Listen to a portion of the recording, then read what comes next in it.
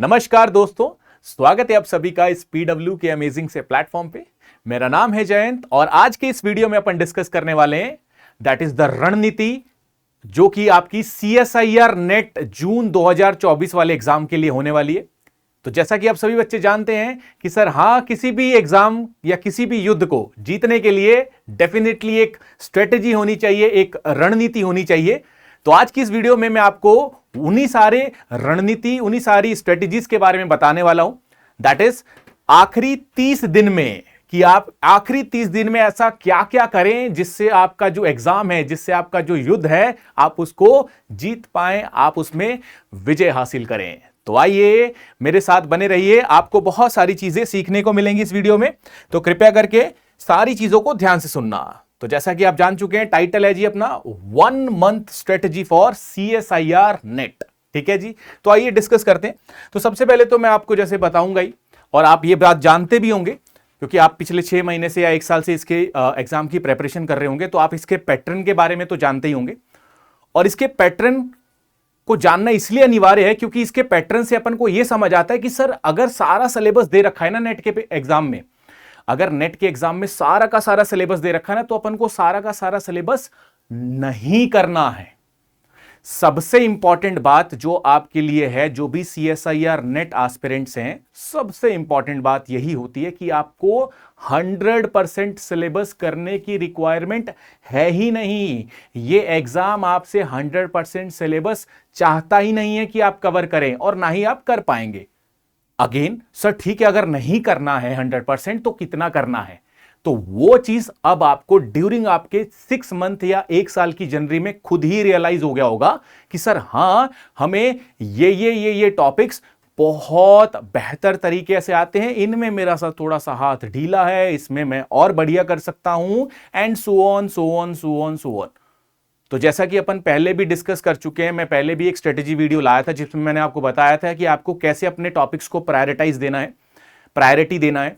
वो सारी की सारी बातों को कंसीडर करते हुए सबसे इंपॉर्टेंट और सबसे मेन बिंदु जो अब तो बिल्कुल निश्चित करना ही करना है, अगर किसी ने नहीं किया है उसको, तो अब पक्का ही उसको कर लो, अपने टॉपिक्स को प्रायोरिटाइज कर लो। दैट मींस कि अब आप उन 39 यूनिट जो सीएसआईआर नेट के सिलेबस में मेंशन है, उसमें से अपनी बेस्ट 20 to 22 यूनिट्स निकालो और उसी को पढ़ो, बस दैट्स इट। बाकी सबको भूल जाओ।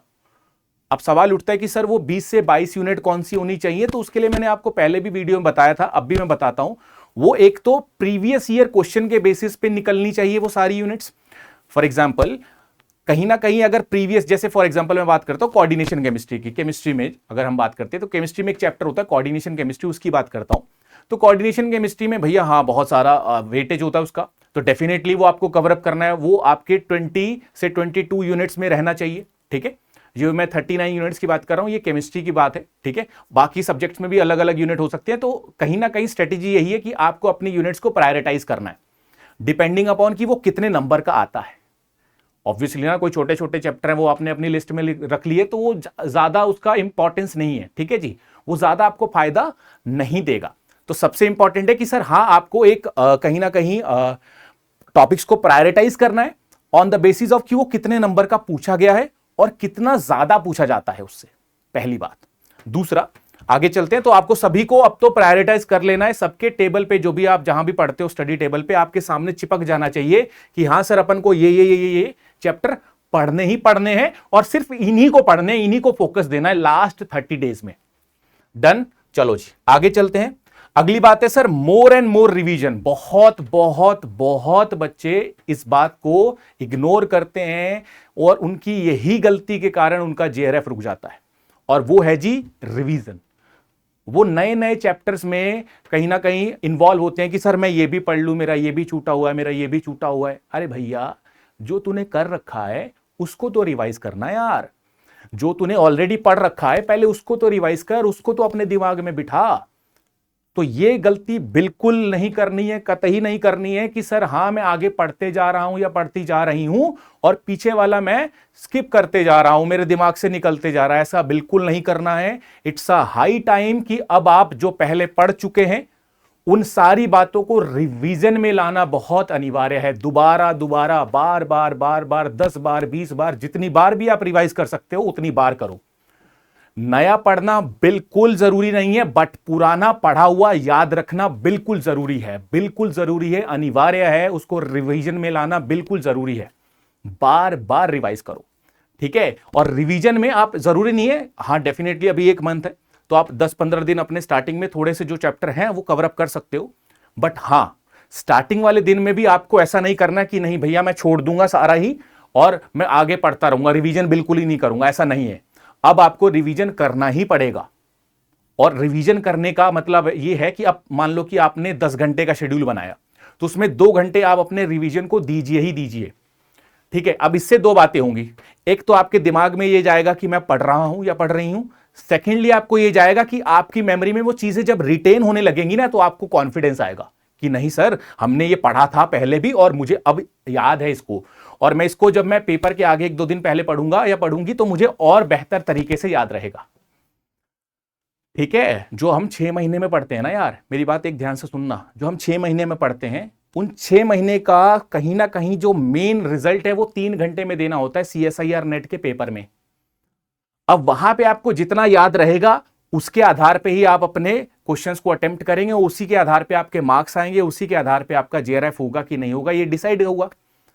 अब वो 3 घंटे में आप कितना बढ़िया करेंगे ये इस बात पे डिपेंड करता है कि आपने चीजें जो पढ़ी हैं वो कितनी पढ़ी है, ये डिपेंड नहीं करेगा, कितनी बार पढ़ी है ये डिपेंड करेगा। तो कहीं ना कहीं आपको रिवीजन पे जरूर ध्यान देना है, जरूर जरूर जरूर। मैं बार बार कह रहा हूं रिवीजन करना ही करना है, कोई बात नहीं एक चैप्टर छूट रहा है छोड़ने दो, पर रिवीजन नहीं छोड़ना है जी, रिवीजन करना है, रिवीजन शुरू कर दो, बहुत बढ़िया। अगेन आगे चलते हैं, सबको क्लियर होगा ये रिवीजन करना है बार बार।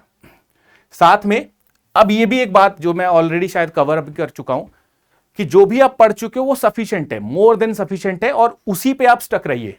जिस भी सोर्स से आप पढ़ रहे हैं, जहां से भी आप पढ़ रहे हैं, अब वो बिल्कुल हिट एंड ट्रायल करने का टाइम गया कि नहीं यार भैया यहां से समझ नहीं आ रहा तो मैं यहां इस बुक से नहीं समझ आ रहा तो मैं उस बुक पे चला जाता हूं, ऐसा बिल्कुल भी समय है ही नहीं, अब नहीं है समय।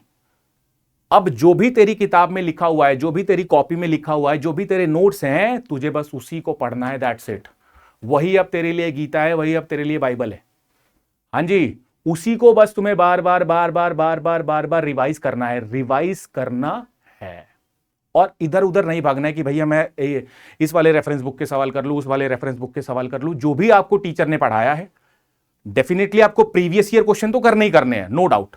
वो नहीं किए हैं तो भैया वो तो करने ही करने हैं, कुछ कर लो चाहे, क्योंकि उसके बिना नैया पार नहीं होगी। तो प्रीवियस ईयर क्वेश्चन तो करने ही करने हैं, और साथ में जिस भी जहां से भी आपने पढ़ा है, जो भी आपको टीचर ने पढ़ाया है, आप उन्हीं सारे नोट्स को बार बार रिवाइज करिए बस। और किधर मतलब ये वाली रेफरेंस बुक पढ़ूं, ये वाली रेफरेंस बुक पढ़ूं, कोई दोस्त कह देगा कि यार तूने वो वाली पढ़ी थी ना, मैंने नहीं पढ़ी है, तो वो सब बेकार की बातें हैं। जैसा कि मैंने आपको पहले ही बताया, कितना पढ़ लिया है नेट में, क्योंकि बहुत कुछ है नेट में पढ़ने के लिए, CSIR नेट JRF में पढ़ने के लिए बहुत कुछ है। दैट मीन्स कि सर हाँ बहुत कुछ पढ़ सकते हैं, बट बहुत कुछ में याद कितना रह रहा है ये इंपॉर्टेंट बात है। और याद रखने के लिए सिर्फ आपको एक ही चीज करनी है, रिवीजन रिवीजन एंड रिवीजन। तो आप लिमिटेड सोर्स को फॉलो कीजिए और साथ में रिवाइज कीजिए। हाँ डेफिनेटली सोर्स लिमिटेड का मतलब यह है कि ऑथेंटिक होना चाहिए वो, है ना। ऐसा नहीं है कि कुछ भी उठा के पढ़ रहे हो कि हाँ सर ने बोला था लिमिटेड मतलब कुछ भी पढ़ रहे हैं। अबे जितना तूने पहले पढ़ रखा है उतना ही पढ़ना है, लिमिटेड का मतलब उसको भी कम मत कर देना, ठीक है। जितना आपने पहले पढ़ रखा है उन सारी चीजों को ही रिवाइज में लेके आना है, ठीक है जी, रिवीजन करनी है उनकी, बहुत बढ़िया। आगे हम चलते हैं द मोस्ट इंपॉर्टेंट बात पे, और ये बात तो बहुत हद कमाल इंपॉर्टेंट है, और ये वो बात है जो आप अपनी परीक्षा से 2 घंटे पहले फर्रे पलटते हो ना, अपन पन्ने पलटते हो तुम, तो वो यही है जो आप बनाओगे, that is known as short notes. तो जब भी आपकी प्रेपरेशन चल रही होगी, आपने बनाए भी होंगे शॉर्ट नोट, नहीं बनाए हैं तो कृपया करके आप सभी बच्चे शॉर्ट नोट भी बनाइए, और साथ में इंपॉर्टेंट फॉर्मूलेस की भी लिस्ट बनाइए, जो कहीं ना कहीं ऑब्वियसली आप भी समझते हैं कि सर हाँ अगर अपने पास शॉर्ट नोट्स होंगे, फॉर्मूलेस होंगे तो टाइम बचता है, रिवीजन जल्दी जल्दी होता है। तो ये भी आपको ध्यान रखना है। हाँ अब कई बच्चे ऐसे होते हैं, कई अलग माइंडसेट के होते हैं कि नहीं सर शॉर्ट नोट नहीं, मैं पूरा ही रिवाइज करूंगा। तो अब डिपेंड करता है कि आप किस प्रकार के बच्चे हैं। फॉर एग्जाम्पल कई लेट सपोज कोई ए है कोई बी है, अब ए वाला शॉर्ट नोट रिवाइज करने में 2 घंटे लगा रहा है और बी वाला पूरे नोट्स रिवाइज करने में 2 घंटे लगा रहा है, तो बराबर ये कहानी। अब तुम अपनी एफिशिएंसी के अकॉर्डिंग देखो कि हाँ भैया हमें शॉर्ट नोट रिवाइज करने हैं या पूरे नोट्स रिवाइज करने हैं, बट कंडीशन ये है ज्यादा समय नहीं लगना चाहिए। रिवीजन का मतलब है ज्यादा समय नहीं लगना चाहिए, ये बात ध्यान रखना चाहिए, ठीक है जी। और हां रिवीजन एक बार नहीं अनेक बार करनी है, ठीक है जी। आइए आगे चलते हैं। उसके बाद ऑब्वियसली सर जो हम पढ़ रहे हैं जो हम रिवाइज कर रहे हैं, अब ये भी बहुत बहुत बहुत बच्चों का नेट ना होने के पीछे कारण है क्या कि सर हम ना एनालिसिस नहीं करते, हम पढ़ते जा रहे हैं, हम रिवाइज करते जा रहे हैं, हम शॉर्ट नोट बनाते जा रहे हैं, बट हमें हमारा कुछ नहीं पता कि हम कितना अटेम्प्ट कर पाएंगे पेपर, कितना छोड़ पाएंगे, कितनी रैंक आएगी, कितने मार्क्स आएंगे, हमें हमारा कुछ नहीं पता है। हम सीधा जाके पेपर में ही पेपर वाला क्वेश्चन अटेम्प्ट करते हैं, तो ये सरासर गलत बात है। आपको आपके पेपर से पहले कम से कम 10 मॉक टेस्ट तो लगाने ही लगाने हैं, कम से कम कह रहा हूं, ठीक है। तो आपको ये पूरे के पूरे मॉक टेस्ट लगाने के पीछे जो फायदा मिलेगा वो ये है कि आपको एक तो सेल्फ एनालिसिस मिलेगा। अब इसके पीछे 2 तरीके हैं, एक तो आपको अगर मार्क्स कम आए तो सर ये तो बिल्कुल लो कर देगा हमें, और मार्क्स कम आए फिर तुमने उससे सीख लिया तो वो हाई कर देगा। तो 2 बातें हैं। अब ये तुम पे डिपेंड कर रहा है कि तुम्हें लो होना है सोच सोच के कि सर कम आ रहे हैं नंबर, या तुम्हें उसको जान के कि हां सर कम आ रहे हैं बट कम क्यों आ रहे हैं इस बात पे वर्क कर लो तो ऊपर उठ जाओगे। तो ये अप टू यू है, इसीलिए मैंने वर्ड यूज किया है सेल्फ एनालिसिस। ये तुम्हारे खुद का एनालिसिस है। और सबसे इंपॉर्टेंट बात यह है, आप कहीं भी चले जाओ, तुम्हारे एग्जाम की प्रेपरेशन अगर तुम कर रहे हो तो तुमसे बेहतर कोई नहीं जानता कि तुम्हें क्या आता है, ठीक है। तो इसका मतलब यह है कि जो भी तुम्हें, पहले तो खुद से ऑनेस्ट रहो, हाँ ठीक है नहीं आता कोई बात नहीं सीख लेंगे जी, ठीक है। अभी भी 1 महीना है भैया, 1 महीना है, नेट में 6 महीने होते हैं, उसमें से 1 महीना अभी भी पड़ा है आपके पास, 1.25 महीने के आसपास, ठीक है। तो कहीं ना कहीं अभी भी टाइम है, अभी भी सारी चीजों को रिवीजन में ले आओ, सारी चीजों को बार बार पढ़ो, सारी चीजों को एनालिसिस करो सब चीजों का, ठीक है। जो चीज मुश्किल लग रही है उसका सब्स्टिट्यूट ढूंढो। मान लो मुझे कोई भी चैप्टर मुश्किल लग रहा है तो उसके अलावा अगर मैं कौन कौन से ऐसे चैप्टर कर लूं जो मुझे उसके बराबर वेटेज दे जाएं, ठीक है। कोई चैप्टर नहीं भी समझ आता ऑब्वियसली हो सकता है, बट उसको हटा दो, फिर दूसरा ले आओ कोई चैप्टर। भैया कमी थोड़ी है, कमी थोड़ी है, हमारे पास बहुत सारे चैप्टर्स हैं, उसमें से सेलेक्ट करने, कोई नहीं आ रहा छोड़ दो, ठीक है। अब जैसे तुम्हें लगेगा सर ये क्वांटम ना यार बड़ी मुश्किल लगती है हमें क्वांटम, अरे भाई उसके रिप्लेसमेंट में ले आ, उसके रिप्लेसमेंट में छोटे छोटे चैप्टर कर ले, ठीक है। तो ये चीजें आपको ध्यान में रखनी है। ओके डन, आगे चलते हैं जी। अगली बात, जैसा कि मैंने आपको बताया मॉक टेस्ट तो चलो देने हैं, और उनको देने हैं जिन्होंने अपना शॉर्ट नोट बना लिया, फॉर्मुलेज बना लिए, ठीक है, या यूं कह ले रिवीजन कर लिया, अपना प्रीवियस ईयर क्वेश्चन कर लिए, फिर मॉक टेस्ट पे जाना है। अब कई शूरवीर योद्धा ये भी होते हैं कि सर हमने प्रीवियस ईयर नहीं किए हैं, हम सीधा ही मॉक टेस्ट देंगे, ठीक है। तो उन योद्धाओं को मेरा नमन है, कृपया करके ऐसा मत कीजिए। Previous year question is must, it is very very important for any exam. अगर आपको कोई भी एग्जाम क्रैक करना है तो उसके लिए सबसे इंपॉर्टेंट है प्रीवियस ईयर क्वेश्चन, ठीक है, जो उस एग्जाम में पहले पूछे जा चुके हैं। तो इसका भी ध्यान रखना जी, प्रीवियस ईयर क्वेश्चन जरूर करना है, सीधा मॉक टेस्ट पे मत कूद जाना, ठीक है। पहले आप प्रीवियस ईयर क्वेश्चन निपटाओ। अब कईयों के मन में सवाल होगा सर प्रीवियस ईयर क्वेश्चन तो यार बहुत सारे होंगे, तो भैया उन चैप्टर्स के निपटाओ जिन चैप्टर्स को तुमने प्रायोरिटाइज किया है। डन, तो प्रीवियस ईयर क्वेश्चन भी आपको करने हैं, बहुत बढ़िया। अगेन गाइज मैं एक और बहुत इंपॉर्टेंट चीज आपको बता दूं, जरूर ऐसा होगा आपके साथ, जरूर ऐसा होगा और सबके साथ होता है कि हाँ 1-2 सवाल नहीं बनेंगे प्रीवियस ईयर में, 1-2 सवाल मॉक टेस्ट में नहीं बनेंगे, गलती होंगी, नंबर कम आएंगे, फ्लक्चुएट होगा नंबर। डरने की बात नहीं है भैया, इससे डरने की बात कतई नहीं है। आप सिंपल अपनी प्रेपरेशन को करते चलिए, चीजों को सुधारते चलिए, बस। कम आ रहे कोई दिक्कत नहीं है, फाइनल तो नहीं है ना भाई, फाइनल में कम आएगा तो दिक्कत है, और फाइनल में कम ना आए इसी के लिए तो हम प्रेपरेशन करते हैं। तो आपको ये बातें ध्यान रखनी है, खुद को मोटिवेट रखना भैया।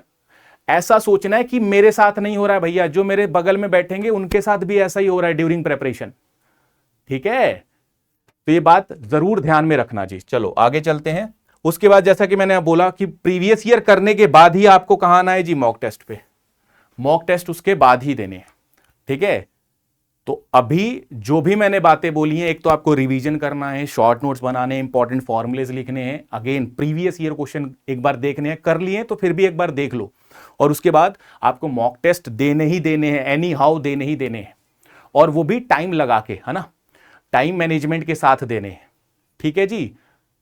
अगेन अगर मैं बात करूं इसके अलावा, तो यार खुद को मोटिवेट रखो, है ना, तुम नहीं रखोगे तो कोई दूसरा बिल्कुल नहीं रखेगा। लोग तो तुम्हें डिमोटिवेट करने के लिए तो जी रहे हैं। ठीक है, तो खुद को मोटिवेट रखो, खुद पे भरोसा रखो, तुम्हें ही नेट क्रैक करना और तुम ही करोगे। ठीक है, तुम ही करोगे। ठीक है, और कोई नहीं करने वाला, तुम ही करोगे, बस इतना बिलीव रखो खुद पे। बाकी मुझे पता है तुम सारे पक्का ही फोड़ दोगे नेट को। ठीक है गाइस, बाकी ऑल द बेस्ट। ठीक है, यही अपना कुछ स्ट्रेटेजी थी जो मैं आपके साथ डिस्कस करना चाहता था। ठीक है, बाकी आप पढ़ते रहिए और केमिस्ट्री को, फिजिक्स को, साइंसेस को सीखते रहिए। ओके गाइस, बाय बाय, बहुत बहुत शुक्रिया।